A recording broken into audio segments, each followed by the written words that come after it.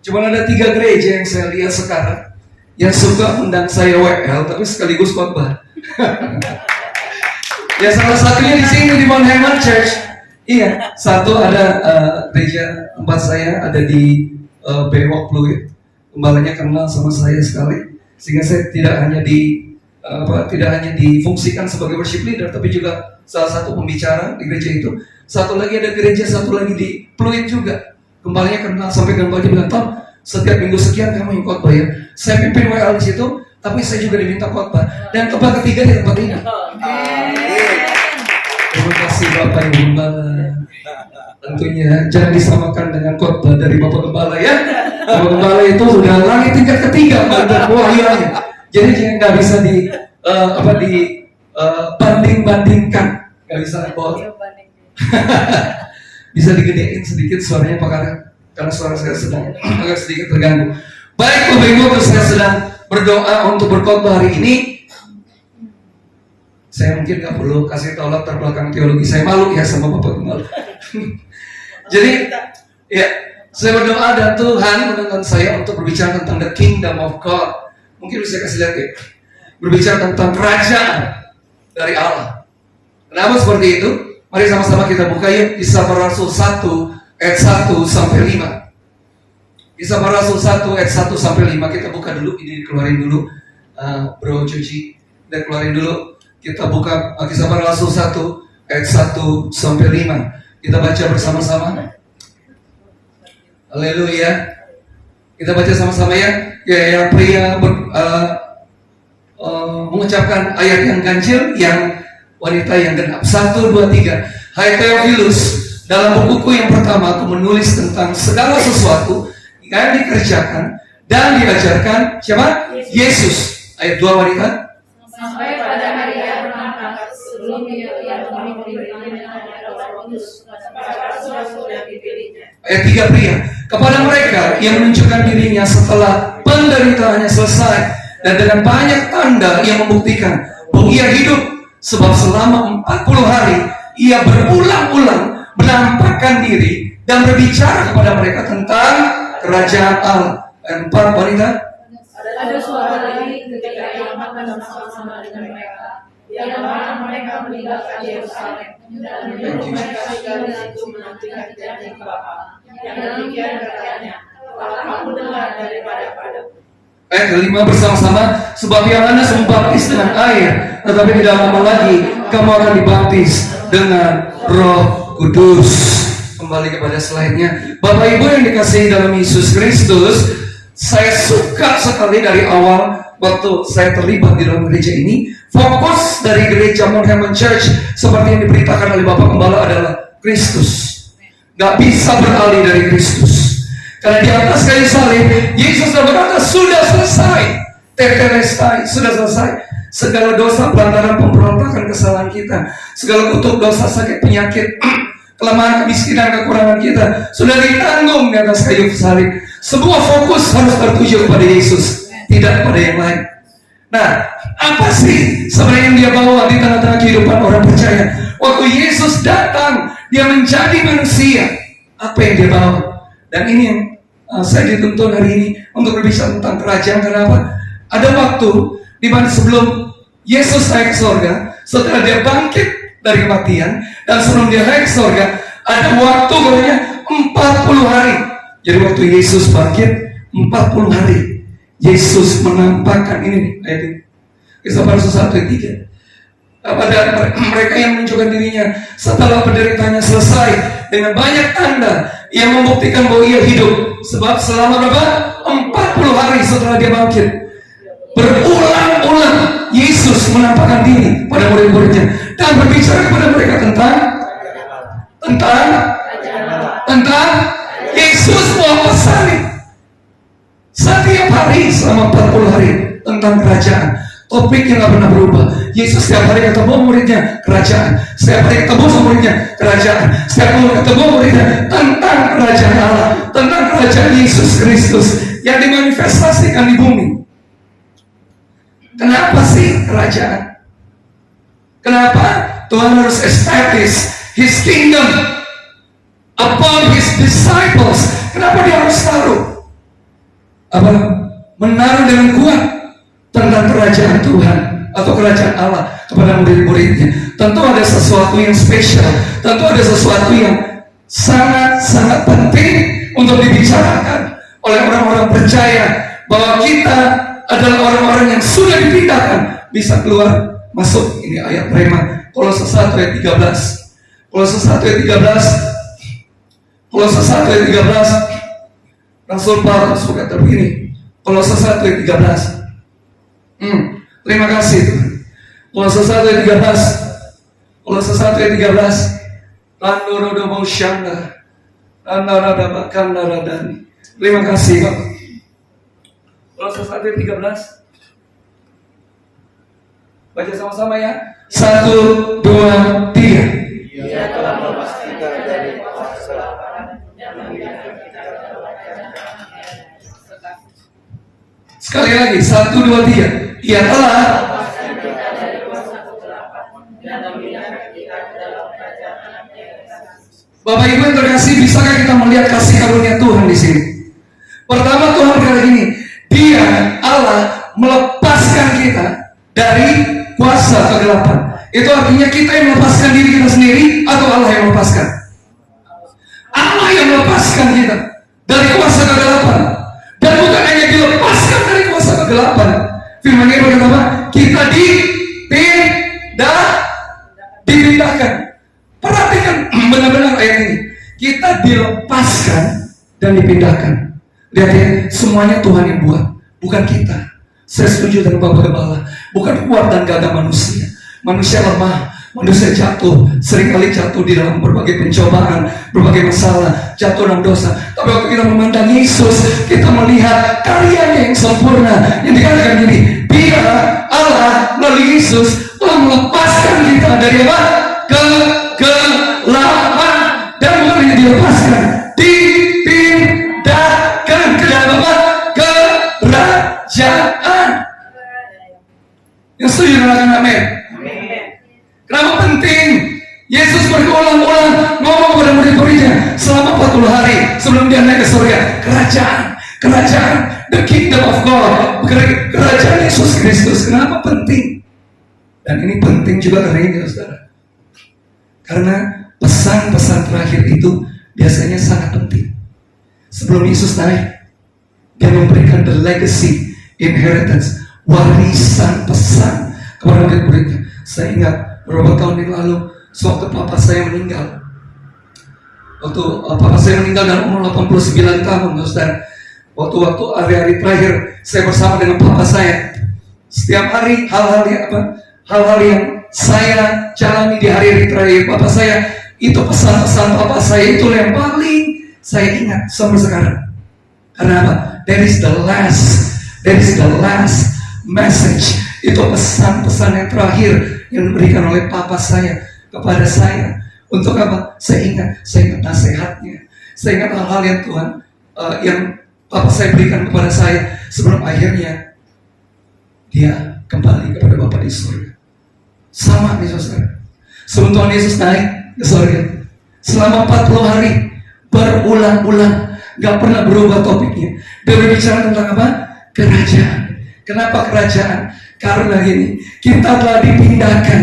Kata Rasul Paulus ini, Rasul Paulus menerima pewahyuan dari surga tingkat ketiga. Waktu dia menerima pewahyuan itu, dia berkata seperti ini. Salah satu yang dia singkatkan kepada gereja-gereja pada saat itu adalah ini: engkau telah dilepaskan dari kegelapan dan dipindahkan ke dalam kerajaan putranya atau anak yang terkasih. Yaitu kerajaan siapa? Yesus Kristus Tuhan. Jadi kalau kita melihat dari ayat ini, kita ada di mana sekarang? Kita ada di dalam kerajaannya. Oleh karena Dia membawa kita ada dalam kerajaannya. Amin.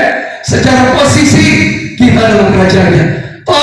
Kita kan masih ada di dunia. Benar, kita masih ada dalam dunia. Tetapi di dalam Yesus, Dia telah melepaskan kita dari segala kegelapan dunia ini dan memindahkan kita ke dalam kerajaannya. Kita tidak ada lagi di dalam kegelapan. Kita ada di dalam kerajaan Yesus Kristus. Haleluya. Yang setuju katakan amin.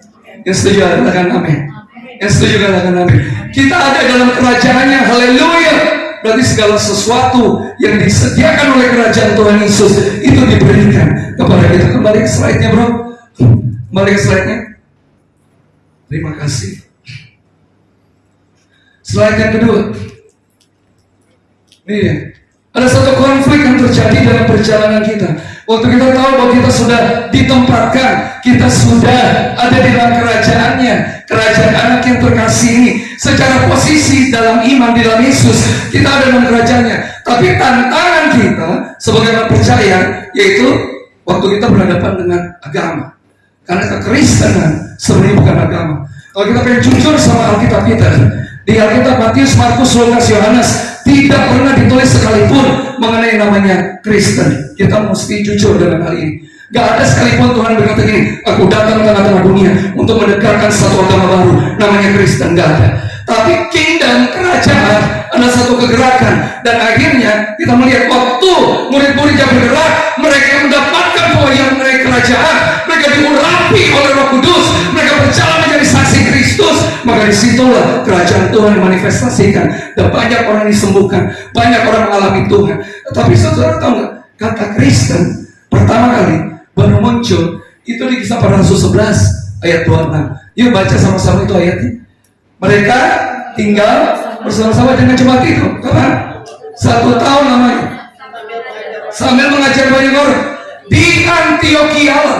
Murid-murid itu untuk pertama kalinya disebut kata Kristen pertama kali baru muncul di sini. Tuh kata Kristen baru muncul di sini. Dikejar kelima, Matius, Markus, Lukas, Yohanes, gak ada saudara menemui kata Kristen di sini. Kata Kristen baru ditemui di sini. Nah saudara kalau menekuni dan belajar mengenai ini, satu yang mereka yang di atas dikatakan itu adalah Paulus dan Barnabas. Yang itu mereka sedang melayani jemaat mula-mula yang ada di Antioquia. Nah saudara tahu Antioquia adalah satu tempat atau satu kota penyembah berhala. Kerajaan Tuhan dimanifestasikan atas Antioquia. Sehingga pada saat itu orang-orang Antioquia, saudara tahu ya, bahwa penyembah berhala mereka banyak dewanya. Dewa Zeus, banyak dewanya. Dewanya banyak karena Antioquia waktu itu kependudukan dari Yunani, mereka menjadi banyak berhala. Tetapi waktu mereka melihat bahwa ada persekutuan orang percaya di sana, waktu mereka melihat kegerakan yang dilakukan oleh para murid-murid Yesus, baru orang Antioquia yang memberikan julukan Kristen. Itu pertama kali adalah julukan. Bahkan para teolog itu berbicara mengenai gini, bahwa kata Kristen itu sebenarnya adalah ejekan. Karena apa? Karena mereka berpikir ini, orang Antioquia, kalian tak sepadan dengan agama kami. Kami punya banyak dewa, kamu cuma punya satu dewa namanya Yesus Kristus. Kami punya banyak dewa, tapi ini kegerakan yang mereka buat di Antioquia itu membuat kegoncangan sehingga banyak penyembah berhala datang kepada Kristus melalui pelayanan para murid-muridnya. Karena apa? Mereka nggak pernah bawa bendera, nggak ada tuh bendera Kristen, nggak ada tuh nama Kristen, nggak ada. Mereka cuma berjalan di dalam pesan yang Tuhan berikan kepada mereka mengenai kerajaan dan kehendak Tuhan yang mau dimanifestasikan di dalam kehidupan orang-orang percaya. Mereka beriman di dalam Yesus, berfokus kepada Yesus. Mereka tahu Yesus telah melepaskan mereka dari kegelapan dan masuk kepada terangnya, masuk kepada kerajaannya. Mereka berjalan di dalamnya dan hal-hal yang mencari terjadi di dalam kehidupan. Jadi sebenarnya dari awal, slide selanjutnya bro, dari awal sebenarnya kerajaan Tuhan adalah satu gerakan, bukan satu agama. Agama kalau boleh saya definisikan adalah upaya manusia untuk hidup yang mau berkenan di hadapan Tuhan. Tetapi di dalam ini nih, di dalam kerajaan Tuhan, dalam mindset kerajaan Tuhan, Yesus datang menjadi manusia, bukan kita yang pilih dia. Konsep agama adalah kita yang pilih Tuhan, tapi kalau kerajaan ini, dia yang datang memilih kita. Dia berkata di Yohanes 15, bukan kamu yang pilih aku yang pilih kamu. Konsep agama adalah lagi, mereka memilih siapa yang mau mereka sembah, mereka ingin memilih siapa yang mereka pengen puja. Tetapi sebenarnya mereka tidak bisa memilih. Kenapa? Yang mereka puja, orang-orang Antioquia mereka puja, itu sebenarnya bukan Tuhan. Hakikatnya adalah kerajaan-kerajaan kegelapan yang bermain di balik semua berhala yang dipuja oleh mereka. Dan disitulah sebenarnya saya melihat waktu kerajaan Tuhan dimanifestasikan, situ kegerakan itu terjadi. Tuhan Yesus berkata apa? Yohanes 14 ayat 12, aku berkata kepadamu, baca Bapak Ibu, sesungguhnya Melakukan juga. Yang aku bahkan pekerjaan-pekerjaan. Amin. Artinya gini, kalau kita berfokus kepada Tuhan Yesus, haleluya. Ayat ini sebenarnya digenapi loh. Kita juga melakukan pekerjaan yang Tuhan Yesus lakukan. Bahkan pekerjaan-pekerjaan lebih besar daripada itu. Berfokus kepada Tuhan. Saya percaya ini, bahwa di Mount Hermon ini, waktu Bapak Gembala terus membawa setiap jemaat untuk berfokus kepada Tuhan Yesus. Dia tiap pekerjaan-pekerjaan yang Tuhan Yesus lakukan, itu bisa kita lakukan sepanjang kita mempunyai fokus yang benar kepada Tuhan Yesus. Bukan kepada diri kita sendiri, bukan dengan kekuatan kita sendiri, bukan dengan kemampuan kita sendiri, bukan. Tapi apa? Pekerjaan-pekerjaan yang dapat kita lakukan sepanjang kita berfokus kepada Yesus. Dan waktu kita berfokus pada Yesus, dikatakan apa? Bukan hanya pekerjaan-pekerjaan yang aku lakukan, yang lebih besar. Katakan dia lebih besar. Katakan lebih besar. Lebih besar daripada yang engkau akan melakukannya. Sebagai contoh aja ya, satu kegerakan gereja mula-mula. Kita tahu satu kisah para Rasul 2:41, Rasul Petrus berkhotbah. Saya hitung waktu dia lagi ngomong gitu ya, setelah menerima baptisan Roh Kudus, dia berbicara 3-5 menit. Kalau Bapak baca, dia punya khotbah di awal tuh, di kisah Rasul 2:14. Sebelumnya saudara baca aja, itu 3-5 menit. 3-5 menit dia khotbah tentang Yesus. 3.000 orang jiwa diselamatkan. Langsung instan pada saat itu. Contoh lain, kisah Rasul 5:15. Bayangan Rasul Petrus menyembuhkan orang-orang sakit yang dibaringkan di pinggir jalan. Apakah itu bayangan dia? Tidak. Itu adalah bayangan Yesus. Dia menyatu, hadiratnya menyatu dengan para rasul. Waktu dia berjalan, waktu dia memiliki fokus yang benar kepada Tuhan Yesus, hidupnya, bayangannya sekalipun itu dapat menyembuhkan orang yang ada di pinggir jalan. Itu bukan bayangan Petrus, bayangan Yesus yang menyatu dengan Petrus pada saat itu. Hadirat Yesus yang menyatu pada saat itu dengan Petrus. Kisah para Rasul 19:12. Sapu tangan kain Rasul Paulus melenyapkan penyakit dan mengusir roh jahat. Bayangkan Bapak Ibu ya, Bapak Ibu punya sapu tangan nih, diambil. Saat itu ada orang sakit di rumah, Bapak Ibu kasih, orang itu sembuh. Saya percaya ini bukan kuasa dari Rasul Paulus, yang bukan, tapi karena Rasul Paulus diurapi, karena Rasul Paulus memiliki fokus yang benar kepada Yesus, karena dia tahu bahwa dia diciptakan serupa dengan gambaran Kristus. Makanya kuasa yang sama yang berjalan bersama dengan Kristus itu kuasa yang melenyapkan penyakit dan mengusir roh jahat. Kingdom is a movement. Kerajaan Yesus Kristus adalah kegerakan, bukan satu agama, bukan kemauan manusia, tetapi setiap orang digerakkan oleh Roh Kristus untuk dapat menegakkan kerajaan Tuhan dimanapun mereka berada. Mana yang setuju katakan amin. Kita percaya seperti ini visinya, menyiapkan umat yang layak bagi Tuhan untuk tercatat di sorga. Engkau telah dilepaskan dari kegelapan, Kolose 1:13, dan dipindahkan ke dalam kerajaannya. Engkau ada dalam kerajaannya, tercatat di sorga. Pada mungkin engkau masih di bumi, tapi engkau secara iman, sebenarnya Tuhan melihatnya dari kacamata iman di dalam Yesus Kristus. Engkau sudah ada di dalam kerajaannya Tuhan. Kingdom is a movement. Kerajaan Tuhan, kerajaan Yesus Kristus adalah satu kegerakan. Kegerakan itu tidak bisa stagnan. Kegerakan itu gak bisa statis. Kegerakan itu gak bisa hanya berjalan di tempat. Kita harus bergerak bersama-sama. Mari kita bergandengan tangan. Kita bergerak bersama-sama untuk memenangkan banyak jiwa. Bukan karena kita, tapi waktu Mount Hermon berfokuskan kepada Yesus, kita melihat jiwa-jiwa itu. Tuhan pakai bencana ini untuk membawa jiwa-jiwa itu datang. Bagi Tuhan, untuk menaruh jiwa-jiwa di kursi ini itu kecil, gampang bagi Tuhan. Tapi apakah yang dikatakan pada Bapak Gembala tadi, apakah kita memiliki fokus yang benar, yaitu pada Yesus Kristus, dan bagaimana kita memiliki fokus yang benar bahwa Yesus datang untuk memanifestasikan kerajaan Allah di tengah-tengah bumi ini. Yang setuju katakan amin. Slide selanjutnya bro. Saya akan cepat aja ya. Gospel of the Kingdom. Pesan yang dibawa Tuhan.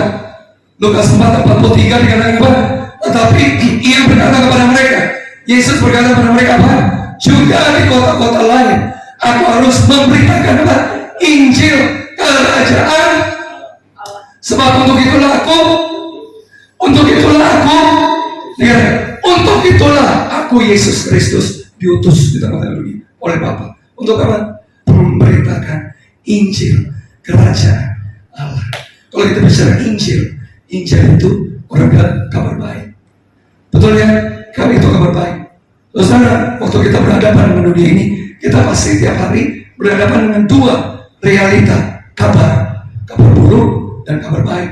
Banyak kabar yang kita hadapi di tengah-tengah dunia ini. Banyak hal yang kita hadapi di tengah-tengah dunia ini.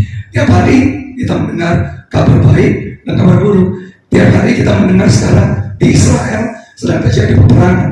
Tiap hari kita dengar bahwa di sana banyak korban terjadi. Kayaknya bad news, good news, bad news, good news, bad news, good news. Banyak berita-berita yang sedang kita terima tiap hari. Ada berita yang baik, ada kabar baik, ada kabar yang buruk.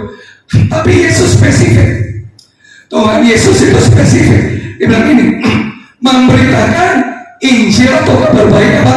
Kerajaan. Memberitakan Injil kerajaan Allah.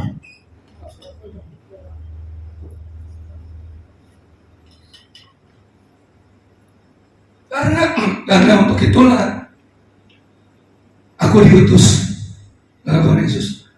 Jadi fokus kepada Tuhan Yesus tidak bisa dipisahkan dengan kerajaan yang dimanifestasikan.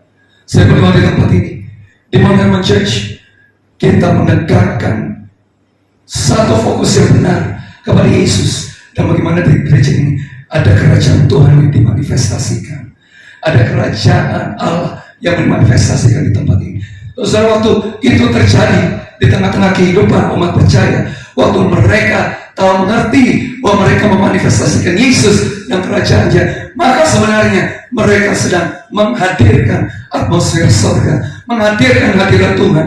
Orang-orang datang ke dalam gereja untuk apa sih? Bukan untuk mendengarkan suara yang bagus, bukan untuk juga mendengarkan instrumen musik yang bagus, tapi mereka rindu, jiwa-jiwa itu rindu mengalami Tuhan, mengalami Yesus, berfokus kepada Yesus, dan mengalami hadirat manifestasi Tuhan dan kerajaannya di tengah-tengah kehidupan orang percaya yang beribadah. Yang setuju katakan amin. Ada satu rema lagi, coba buka dulu Roma 8 ayat 29 sampai 30. Kita main baca sih. Wow, terima kasih Tuhan. Wow, berfokus kepada Yesus ya. Roma 8, kita suka baca Roma 8 ayat 28 nih. Kita sekarang baca Roma 8 ayat 29 sampai 30. Kita baca sama-sama. 1, 2, 3. Sebab semua orang yang dipilihnya dari semula, mereka juga ditentukannya dari semula untuk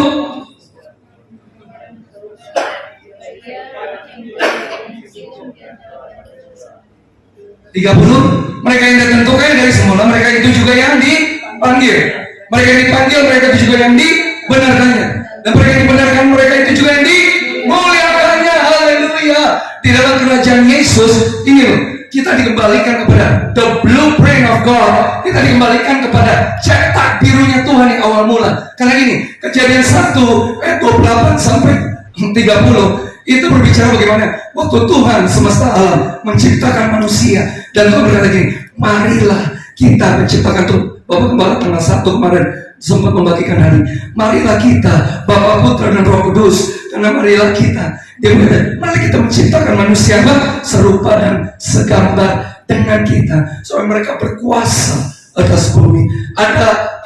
Ada satu dimensi kerajaan waktu sang raja menguasa alam semesta, menciptakan manusia serupa dan segambar dengan dirinya, supaya apa? Mendelegasikan kuasa otoritas kerajaan atas manusia yang diciptakan serupa dan segambar dengan dia untuk berkuasa atas bumi. Yang dikatakan ini benang merahnya, dikatakan ini, sebab semua orang yang dipilihnya dari semula, ada predestinasi.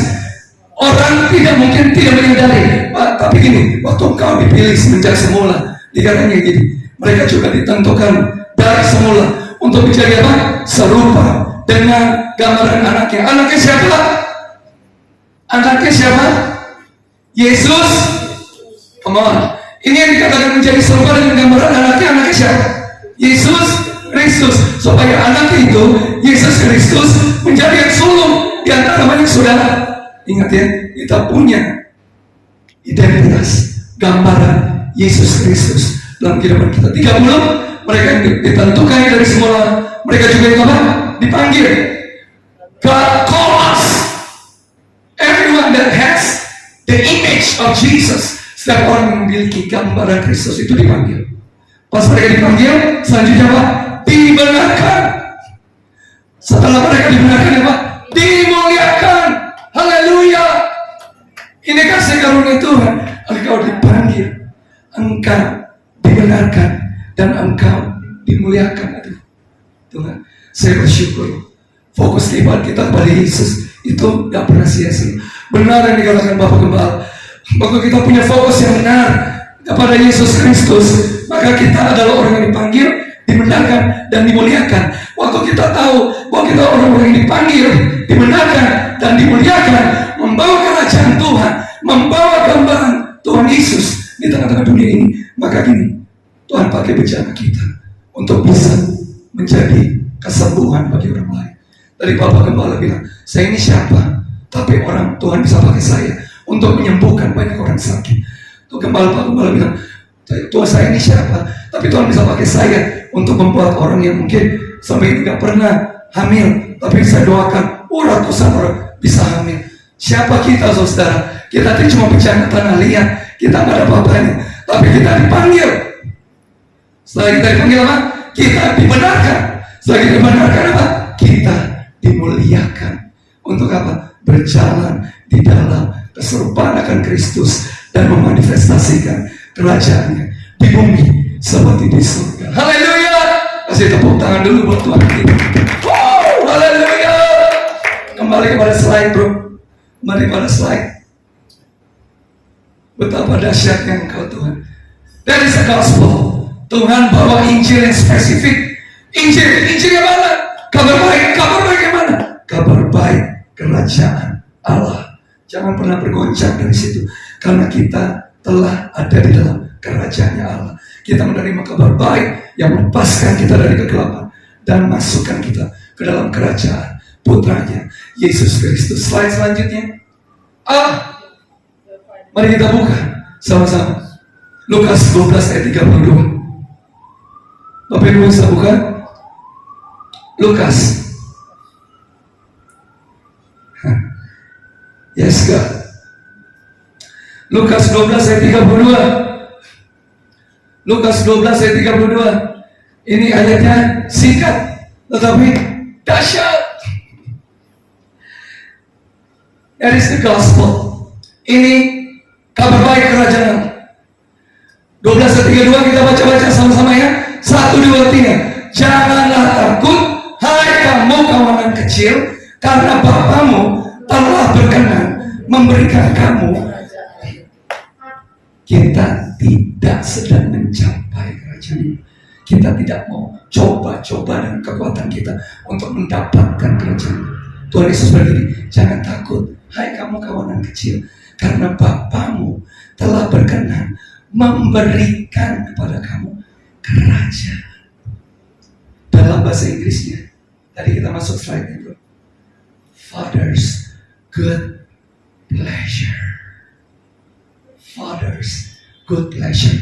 Dalam bahasa, kalau kita terjemahkan, Father good pleasure itu adalah kesenangan yang baik dari Bapa.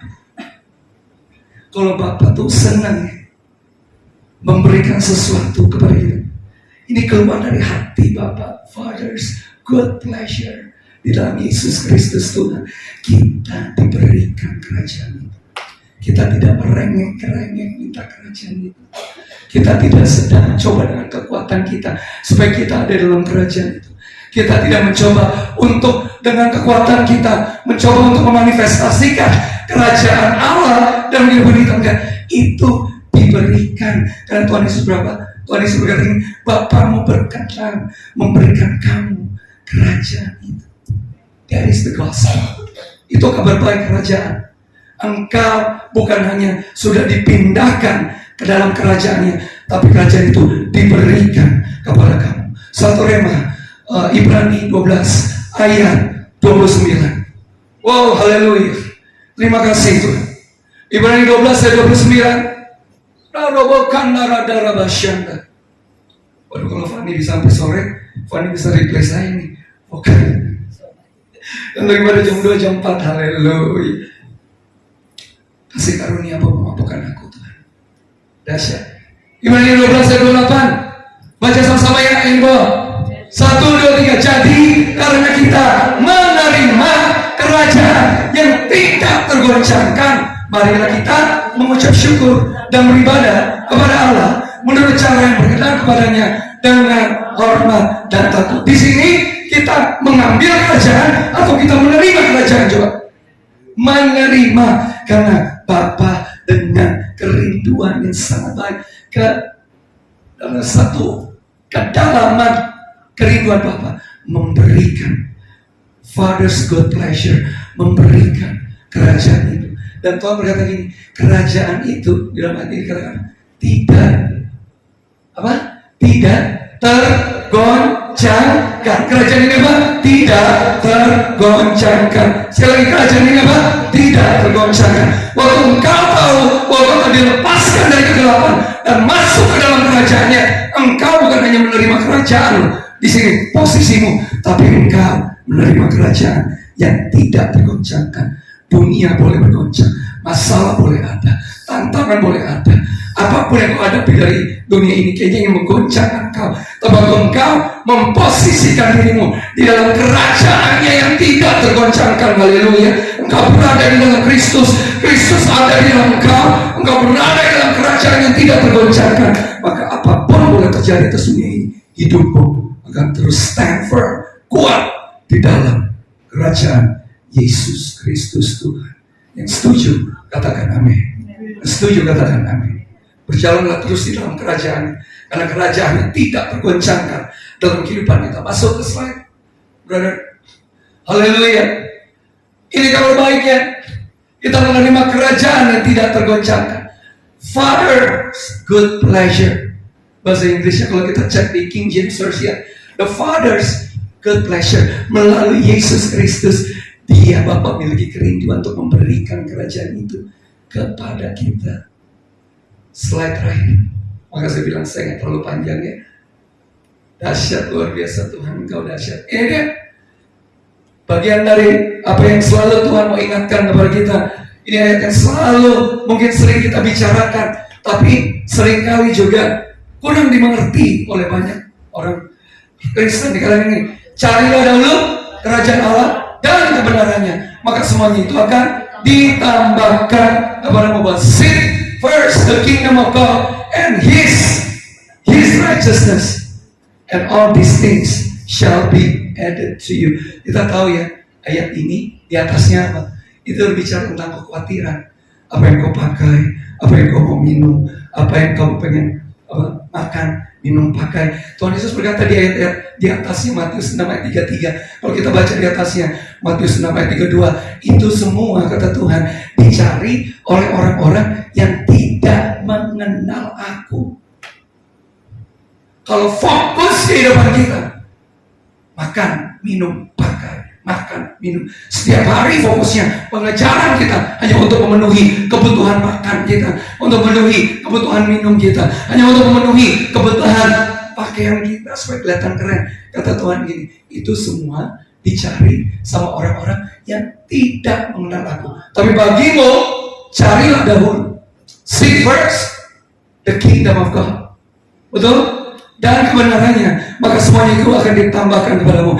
Kenapa Tuhan memprioritaskan orang percaya untuk selalu pertama kali waktu engkau bangun di pagi hari, kehidupan waktu kau jalani setiap hari, kerajaan dan kebenarannya di dalam Kristus. Karena hanya waktu engkau menempatkan kehidupanmu di dalam kerajaan Kristus, maka engkau menjadi pribadi yang tidak tergoncangkan.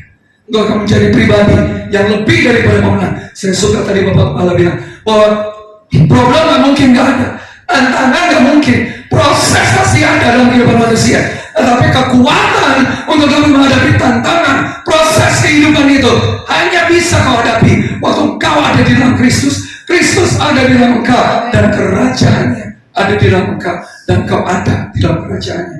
Kau tidak dapat menghadapi tantangan masalah itu dengan kekuatanmu sendiri. Engkau harus terus menempatkan dirimu di dalam kerajaan yang tidak tergoncangkan.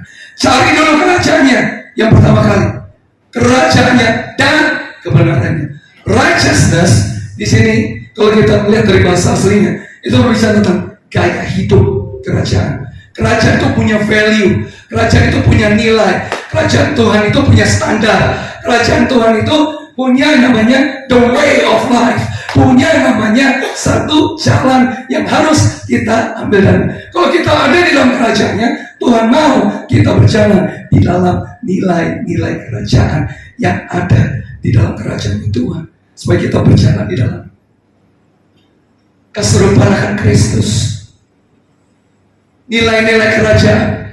Tadi Pak Bala sempat menyinggung satu ayat di Matius 5 yang berbicara bahwa kalau kehidupan keagamanmu tidak lebih baik daripada orang-orang Farisi dan orang-orang ahli Taurat, maka kamu tidak akan masuk dalam kerajaan surga. Realitanya Tuhan Yesus berbicara di Matius 24. Pada saat itu dia mengecam orang-orang Farisi dan orang ahli Taurat mengenai bagaimana perilaku mereka. Kelihatannya dari luar bagus, tapi di dalamnya mereka kuburan. Di luarnya mereka pakaian putih, tapi di dalamnya banyak kebusukan dalam kehidupannya. Artinya gini, Tuhan Yesus sedang bawa pada satu dimensi level yang lebih lagi. Artinya gini, engkau gak bisa berjalan dalam kekuatanmu dan meniru orang-orang itu supaya engkau dilayakkan oleh Tuhan. Kelayakanmu hanya ada satu, di dalam Kristus yang telah melakukan karya yang ajaib melalui pengorbanannya di atas kayu salib, menguduskan kita dan mati bagi kita, bangkit bagi kita, dan menempatkan kita di dalam kerajaannya yang tidak tergoncangkan, sehingga kita dapat menghadapi segala sesuatu. Bapak Ibu, ini menjadi our priority. Fokus kita pada Yesus, kerajaannya dan kebenarannya, gaya hidup kerajaan surga, value dan nilai-nilai yang kita hidupi sebagai orang-orang yang berjalan di dalam kerajaan Tuhan. Itu yang penting. Kita ambil satu ayat terakhir, Matius 13 ayat 11. Haleluya. Matius 11 ayat 13. Oh my God. 11 ayat 13.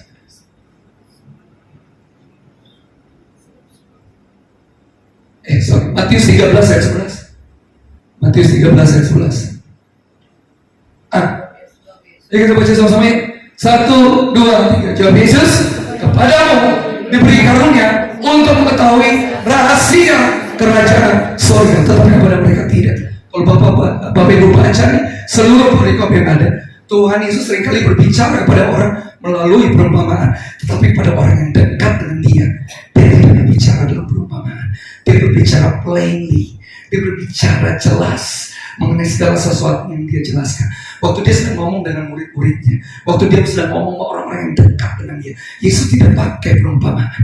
Yesus pakai perkataan yang jelas, artinya, pengertiannya, pewahyuannya, Allah yang berasal daripada surga itu diberikan kepada murid-muridnya. Bapak Ibu, kita bukan orang luar, kita bukan orang yang tidak mengerti tentang Dia, karena kita sudah mengalami penebusan, kita telah dilepaskan dari kegelapan dan kita ada di dalam kerajaannya. Waktu kita ada di dalam kerajaan yang tidak tergoncangkan, maka ini kepadamu diberikan karunia untuk mengetahui rahasia kerajaan surga. Hikmat yang diberikan tadi kepada Bapak Gembala mengenai setiap ayat-ayat yang dia singkapkan itu adalah rahasia kerajaan surga di dalam Yesus Kristus Tuhan yang coba disampaikan kepada kita semua supaya kita mengerti dan berfokus kepada Yesus.